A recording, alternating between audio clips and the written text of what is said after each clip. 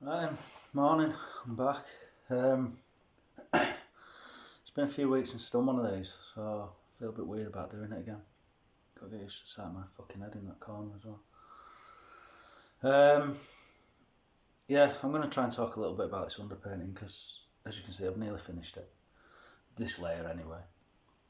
I'm not as far on with it as I'd hoped to be by this point. I'd actually hoped to be where I am now by the end of the sort of first week when I started painting it. But yeah, I listened to a Free Economics podcast thing the other week, which was saying that yeah, I suffer from a planning fallacy and an optimism bias, which apparently everybody does. Just means you think you can get shit done quicker than you do. I mean, I'm grateful for it because if I knew how long these were going to take when I started them, I think I'd give up before I started. But yeah, I'm still here, still on it. I've had a funny couple of weeks. I've had a funny few weeks actually. My girlfriend got back and she's been at the studio an awful lot. You know, she's getting after it. But I find it difficult to concentrate when she's here. I find it impossible to do these if she's here. So, you know, but that's my shit, and I've got to get over that and just start cracking on a bit. But obviously, I've had work and stuff like that, and yeah, last week I was away last weekend. I was only away for 24 hours, but it scuppered the day after it, and then I had other things on sports day with kids, all that shit. Just don't stop. Just, you know, it never ends. But yeah, just like I say, I'm sort of doing what I can. I mean, it was good last weekend. I went away, I saw my brother, and went to see a band that I'm really into called Bandmate, a Japanese girl band, heavy metal band, fucking out of this world. But I had a bit of a disaster. That big landscape painting that was on the wall over there, I took that up to Bow Arts in Bath. It was meant to go in their summer exhibition.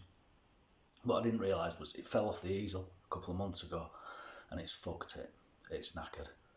Yeah, 9 months work down the fucking toilet, man. Well. But you know what I mean? Like I say, get over it, move on. So, yeah, that's where I'm at minute. That's why I've not been doing any of these for a little bit. And because I don't like doing them. I just feel fucking weird, man. But anyway, yeah, I'll stop rabbiting on, whining about my shit, and I'll start talking about painting, I suppose. I don't really know what to say about this underpainting. I haven't got any notes or out like that, so yeah, you'll just have to bear with. This will probably be a rambling mess, but out the all. Yeah, so this underpainting, I'll put the camera on it rather than on me, and then I'll try and talk about it a bit. I don't know how much of this it's picking up. I don't know what I've... Oh, there you go. I can kind of see if I tilt my head a bit funny. There you go. That's the underpainting as it is at the moment. This layer here, it's done like a watercolour wash. And I'm just using black for it. Ordinarily, I'd use coloured grey for the underpainting. Well, I say ordinarily.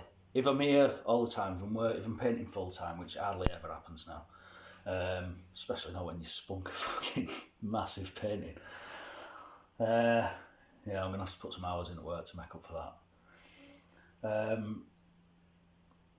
Yeah, so like I said, I'm hardly ever here full time now. It's been over a year since I've been out full time, but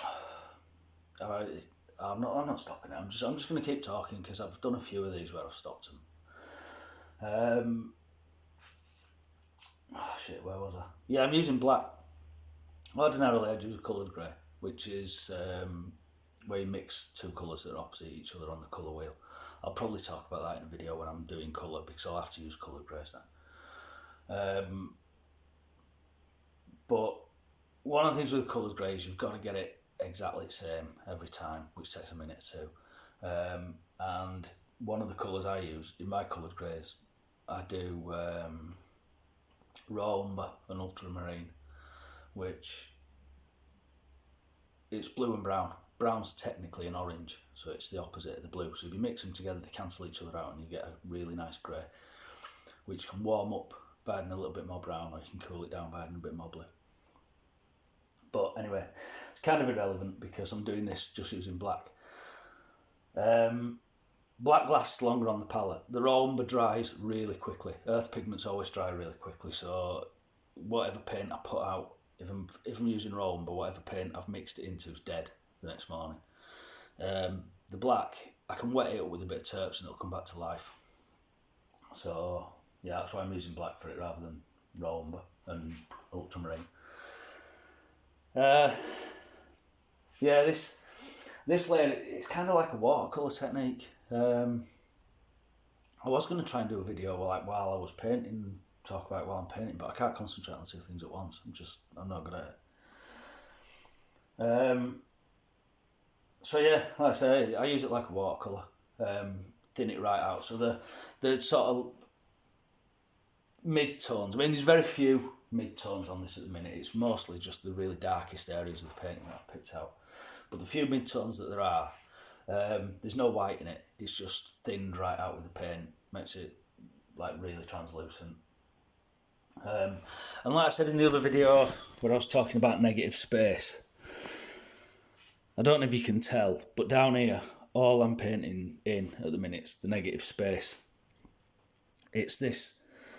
These are the shadows, and then I'll start working sort of the mid-tones, and the highlights I'll just leave as the raw primer. These areas here, where it's just really white at the minute, that's because this area is all sort of high-end mid-tones and highlights. So I'll do that with the next layer of underpainting. I'll start adding white then, not before then. You get this weird thing that goes on with, if I try and put pale greys or whites into this wash, even though they're lighter on the palette, they'll come out darker on the painting because they're more opaque, if that makes any sense. Opacity is not to be confused with permanence either. Permanence of the paint is how long that colour's going to stand up to sunlight exposure, light exposure, that kind of shit. Yeah, you know, in the other video I was saying about pencil lines coming up through your paint, I was thinking about that. I didn't actually Google it, which I probably should have done before I started talking shite about it now. But yeah, it can't travel through paint, it's impossible. The paint becomes a solid surface. You know, like I said about that chemical bond thing, it all bonds into one layer and becomes like one solid thing. So how another solid can pass through it, it can't. What it is it's people using paints with shitty permanence. So it covers the pencil lines to begin with, then the pigment kind of dies and you can see the pencil lines through again. What happened with my work is I use really good quality paints. I know I've said like with like primer, pencil, all that, it's now special. My paints are a bit special. You know, I use Old Holland paints all the time, oil paints. They're really good, really, really good. You don't get any shit in the tubes. Like a lot of student quality paints, they put wax and all sorts of fillers in just to bulk it out so that you get more shit in the tube. But the only thing out of the tube you really need for painting is the pigment and a little bit of oil as a binder. And that's all they put in the tubes in Old Holland paints. And they've been doing it since 1664, so, you know, they know what they're doing. So, yeah, what else did I want to say about this underpainting? I don't know. Yeah, it's a tonal underpainting. It's an underpainting, it's tonal. It's not difficult. But its purpose is to sort of establish the tonal range of the painting, the contrast, you know, the darks and lights. And I want to get everything where it needs to be before I have to think about colour. Because when it comes to painting the colour layers, I just want to focus on getting the colours right and making the sort of surface as beautiful as I can, I suppose, you know. Yeah. So I'm trying to keep putting more of these. Remember I said about getting my reference points in. I'm trying to get more and more reference points, build them up so that eventually I'll be pretty intimate with every fucking millimetre of this surface.